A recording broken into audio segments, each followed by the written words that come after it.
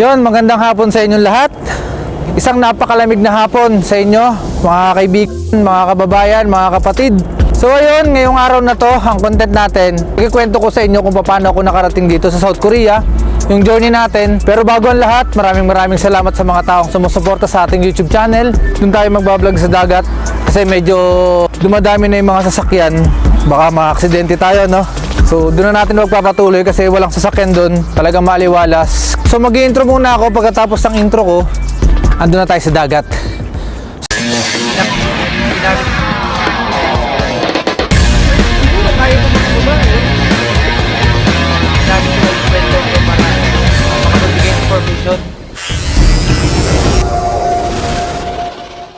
Ayun, nandito na tayo sa dagat. Napagod ako. Ang daming kasing sasakyan. Nag-uuwian na kasi yung mga galing sa company. So ayun, nandito na tayo sa dagat. Ayan o, tumututulog na ang haring araw. So ayun na nga, simulan na natin. So ito nga palang content na to, no? Galing kay Lloyd Lizardo sa kababata ko nung high school. Sa tutusin lang, ayoko talagang i-content to kasi nga, sino nga ba namang interesado sa buhay ko? Gusto ko lang din magbahagi ng buhay ko, lalo sa mga nangangarap pumunta rito sa South Korea. Itong content na to is yung journey ko kung paano ako dito nakapunta sa Korea. So ayun, shoutout kay Lloyd. Yan, para sa ito, tol. Sana makapag-inspire tayo ng mga tao, no? So ayun, simulan na natin.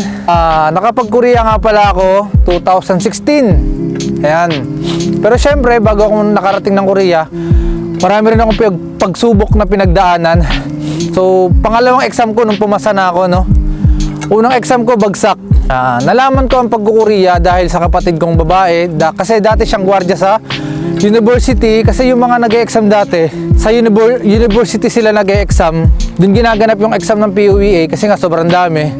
So, gwardiya doon yung ate ko. Nakita niya siguro na sabi niya, mag-e-examine nga daw niya ako. So, sabi ko, wala naman akong pera. So, binigyan niya ako ng 8,000 para mag-enroll sa Victorious, dun sa learning center sa Cubao. So, ayun, sige kako, sabi ko, sayang opportunity. Grab natin. So, yun nga, ginrab ko, nag-aral ako. Ang problema kasi doon sa Victorious, hindi ako natutong masyado kasi yung mga tinuturo, parang sobrang basic. Para ako nag-elementary, pero goods naman kasi may natutunan naman tayo kahit papano. So ayun, dumating ang exam. Wala akong maisagot. Kasi wala talaga akong natutunan kahit nga yung yung listening. Di ko alam kung anong number na. Basta sagot lang ako ng sagot. Mini mo na lang yung ginagawa ko. Hangover pa kasi nga uminom ako nung pinagabihan kasi hindi ako makatulog eh. Sobrang excited ako nung araw na yon kasi nga mag-e-exam ako. Alam ko naman sa sarili kong bagsak talaga ako kasi wala talaga akong alam. Nung nakita ko na yung exam, reading, saka listening, wala, sabi ko bagsak to. Pero sige, hayaan ko na, sabi ko, bawi na lang ako next time. Kasi hindi pa naman ako hindi ko pa alam na ganun kalaki pala yung sahod ng Korea kasi parang nilalaro-laro ko lang siya, binata ako eh. So, yung katrabaho ko sa Metro Market, sa RTB, ka-workmate ko siya, paalis na pala guys. Siguro mga 1 week na lang, nag-aasikaso na lang siya ng medical, paalis na pala siya. Ngayon, nung nag-despedida siya, sabi ko, tol, totoo ba yung sahod sa Korea na malaki talaga? Sabi niya, oo, aalis ba naman ako kung di malaki? So, ayun, try ulit ako. Sabi ko, mag-aaral ako ulit. Ang problema naman, hindi ko kinukonsider tong problema. May blessing na dumating. Nagkaroon ako ng anak. Nahati yung obligasyon ko. Kasi nga magkakaanak ako, mag-aaral pa ako, nagtatrabaho pa ako. Parang nahati sa tatlo kung ano yung mga uunahin ko. Nag-enroll ako sa TESDA. Kasi sa TESDA, sa Taguig, walang bayad doon.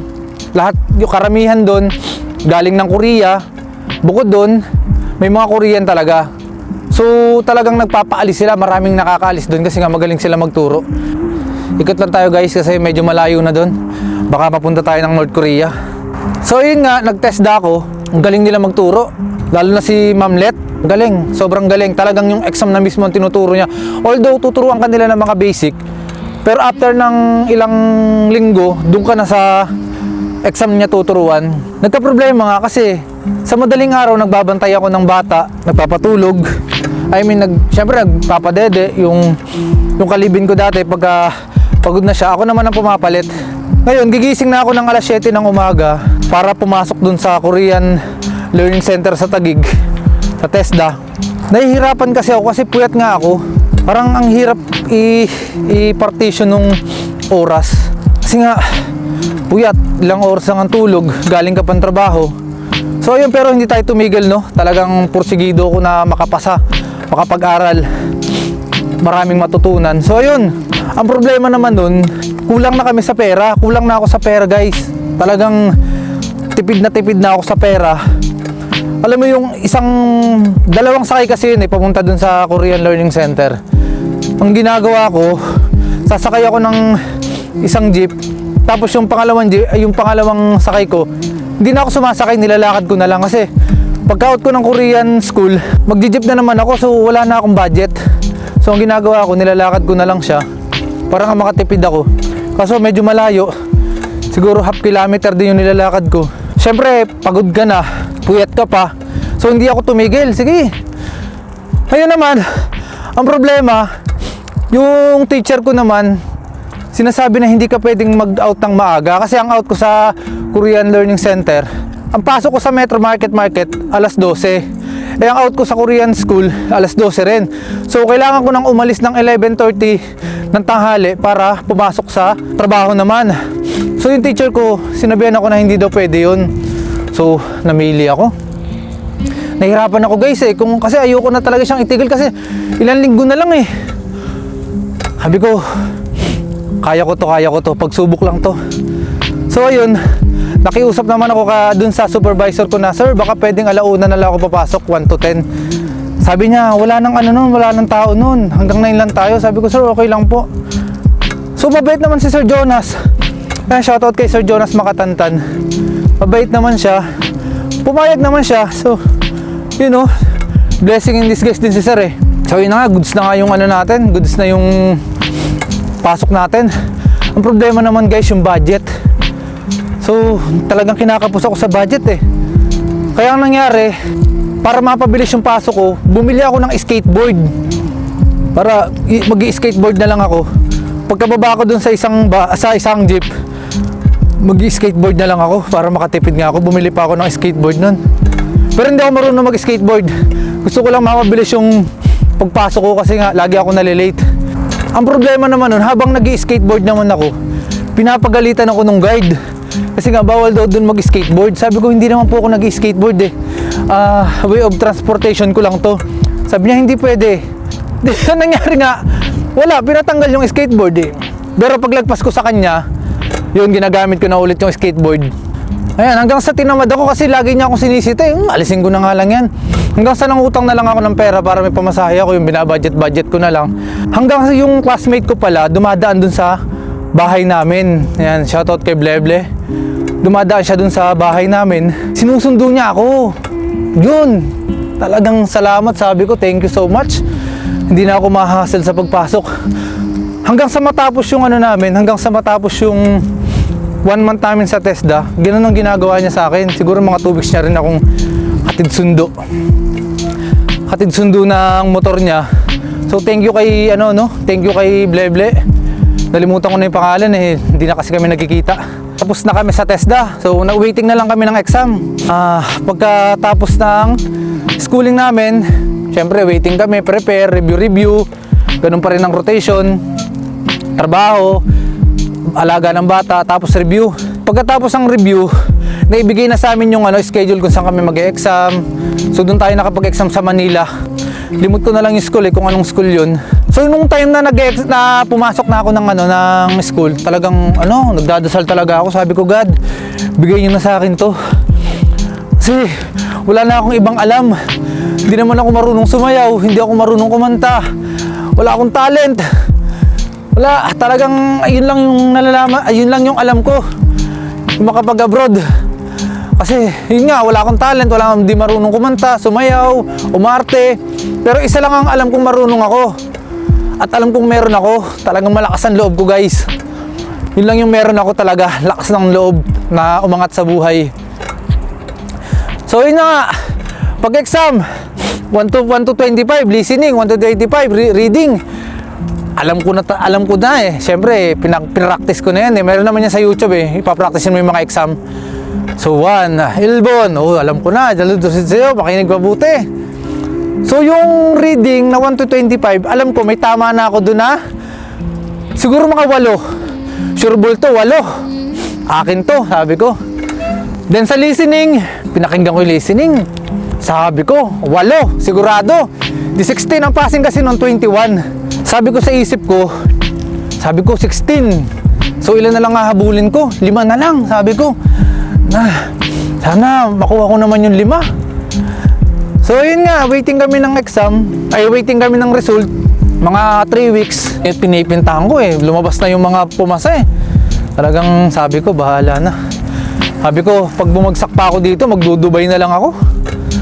Wala tayo sigurong swerte. Pagtingin ko dun sa mga pumasa, nandun yung pangalan ko. Wow! Holy cow! Sabi ko, ayun na, post na ako. Ang dami nang nag-congrats. Congrats, Royce. Yan, ganito. Ayun na, ang dami na nagchat-chat sa akin. Nung una, nung naghihirap ako, walang nagchat-chat sa akin. Walang nakakamusta. Walang nagbibigay ng allowance. Walang nagbibigay ng kape. Yan, pero okay lang yun. Kasama yun sa buhay. Parte ng buhay yun. Na walang papansin sa'yo kasi hindi pa nila nakikita yung resulta. So yun na nga, nakapasa na tayo. Yun na, asikaso, medical. Bukod dun yung yung bayad sa airline. Ang problema ko naman ngayon guys, yung pera. Sabi ko, kailangan 40,000 ang kailangan ko. Kasi nga, asikaso ng mga requirements magastos yun. So sa awa ng Diyos, yun nga, na-provide ko dahil kay ate. Pinahiram ako ni ate. Nanghiram kami sa 5-6. Sa awa ng Diyos, nakarating ako ng Korea. So, ano nga bang mapupulot nyo doon? Huwag kayong tumigil. Kahit mahirap. Talagang nung time na yun, kung mahina lang ang loob ko, talagang aayaw na ako. Kasi sobrang hirap talaga. Pero yun nga, sabi nga nila, pag may tiyaga, may nilaga. So yun nga, nakapasa na ako. Nakapunta na ako dito sa Korea. So, ang ganda. Sabi ko, shit! Ina, Korea! Ang ganda! Sabi ko, ito lang simula ng pagbabago ng buhay ko. Na mabibili ko na yung mga gusto ko, makakain ko na yung mga gusto ko, sapatos. Nandun kami sa training center. Ito namang ma'am namin, nagsabi na isa sa amin, papauwi ng Pilipinas kasi nga may sakit. Sabi ko, shit! Ito na naman!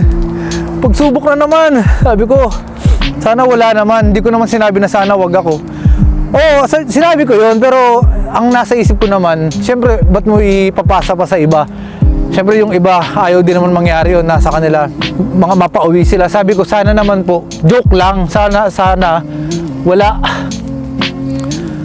So ayun, nag-intay, talagang tahimik siya. Sabi niya, malungkot na malungkot pa si ma'am. Tapos nung after 1 minute, 2 minutes, sabi niya, it's a prank! Putik na yan, woo! Sigawan kami lahat, oh. Siyempre, yung mga hindi naninigarilyo, putik na nigarilyo na eh. Parang, alam mo yung sigarilyuhan dun sa gilid, talagang napuno ng usok yun. Talagang lahat sila naninigarilyohan. Sabi ko, kala ko nga nung unang tituno ng mga kasama ko, hindi naninigarilyo ah. Nung nakapasa na kami, nagsigarilyuhan na silang lahat. So yun na nga, sinundo na kami ng amo namin, si Sadyang Nim. So tuwan-tuwa ako kasi nga, ayan, magtatrabaho na, ayan, mabibili ko na yung mga gusto ko. Pagdating mo naman dun sa company, guys, 3 weeks, andyan yung minumura ka, sinisigawan ka, may nakaaway pa akong Koreano. Kasi guys, mainitin ang ulo ko eh. Ayoko nang sinisigawan ako, ayoko nang binabatukan ako. So yun nga, sinigawan ako ng Koreano, tapos ang sama ng titig niya. Ewan ko kung anong ginawa ko, wala naman akong ginagawa. Siguro na-amaze pa ako or naninibago pa ako na culture shock. Sabihin na natin culture shock. Sinigawan niya ako, yeah! Why is it guys? Siyempre ako naiintindihan ko na yun eh. So alam mo yun, sa bigat ng loob ko, pumunta ako ng CR. Umiyak talaga ako doon, naluha ako. Sabi ko, ganito pala, kala ko maayos ang lahat. Ganito pala. Sabi ko, sige, parte to ng buhay eh. Sabi ko, malalagpasan ko rin to. So, pagkataas kong umiyak, trabaho na ulit ako. Sabi ko, ano bang ginagawa ko rito? Siyempre, trabaho, di ba? So, ayun. Akala ko kasi pag nandito ka na sa Korea, goods na lahat. So hindi pala totoo yun, no? Pag nandito ka na sa Korea, doon pala magsisimula ang lahat. Hindi ganun kadali. Maswerte nga ako kasi nga yung kaparing napuntahan ko, ano naman lahat, libre naman lahat, pagkain, bahay, tubig, kuryente. Yun nga, tulad na sinasabi ko sa vlog, maswerte pa rin ako kasi nasa maganda akong kumpanya, maganda naman ang pasahod, di naman kami dinadaya. May mga nandadaya rin dito ang amo. So yun na nga, hanggang sa may nakakaaway akong Koreano, ayun, yung matandang Koreano, sinisigawan nga ako. Siyempre ako kasi pag wala naman akong ginawang mali, lalaban ako kasi ba't ka magagalit, wala naman akong ginagawang mali. Kasi yung Koreano na yung guys, sobrang racist nun eh. Lahat kaming foreigner doon, galit sa kanya. So yun nga, away. Dumating pa nga yung time na hinabol ako ng saksak eh. Hinabol ako ng kutsilyo. Pero saka na natin ikakwento yun, yung paghabol sa akin ng kutsilyo. Comment na lang kayo kung gusto nyong i-content natin yun, no? Kung gusto nyo kung ikwento ko yung paghabol sa akin ng kutsilyo. Paano, layo ko na ata, baka nasa North Korea na ako ah. Ano? North Korea na ba to? So yun nga, kikwento ko yun sa inyo pagka nagka-time tayo ngayon kasi sobrang lamig. Lamig ngayon, tinitiis ko lang yung lamig. Parang ang sinisipo na ako eh, ngatal na nga yung bibig ko eh. So ayan guys, hanggang dito na lang. Kasi baka makapunta ako sa boundary ng North Korea. Sana may natutunan kayo sa mga kunento ko. Alam ko marami ako nakakalimutan kasi 2 days ko na itong pinag-iisipan tong vlog na to. Hindi ko alam kung ikikwento ko. Kasi nga alam ko namang wala namang interesado. Kung may pinagdadaanan ka ngayon na hirap, huwag ka sumuko. Kasi pag sumuko ka, talo ka. Kaya lagi niyong tatandaan, pag may tiyaga, may nilaga. Yun lang, huwag kayo susuko, paulit-ulit tayo. Kung nakakapagod ng ganitong content, babay ka, ngawit pa nung camera. Nahingal na ako. So yun, grabe. Para sa inyo tong content na to. Sana may natutunan kayo. So yun lang guys, buhay Korea. Marami pa tayong ilalabas sa content. Kapag sinibagan ako, sana bumaba na yung lamig. Kasi sobrang lamig pa rin ngayon. Ganda oh. Oh man! Thank you so much! Peace out! Hindi ko na matatakpan ng camera guys. Ang layo eh. Whew! Bye-bye!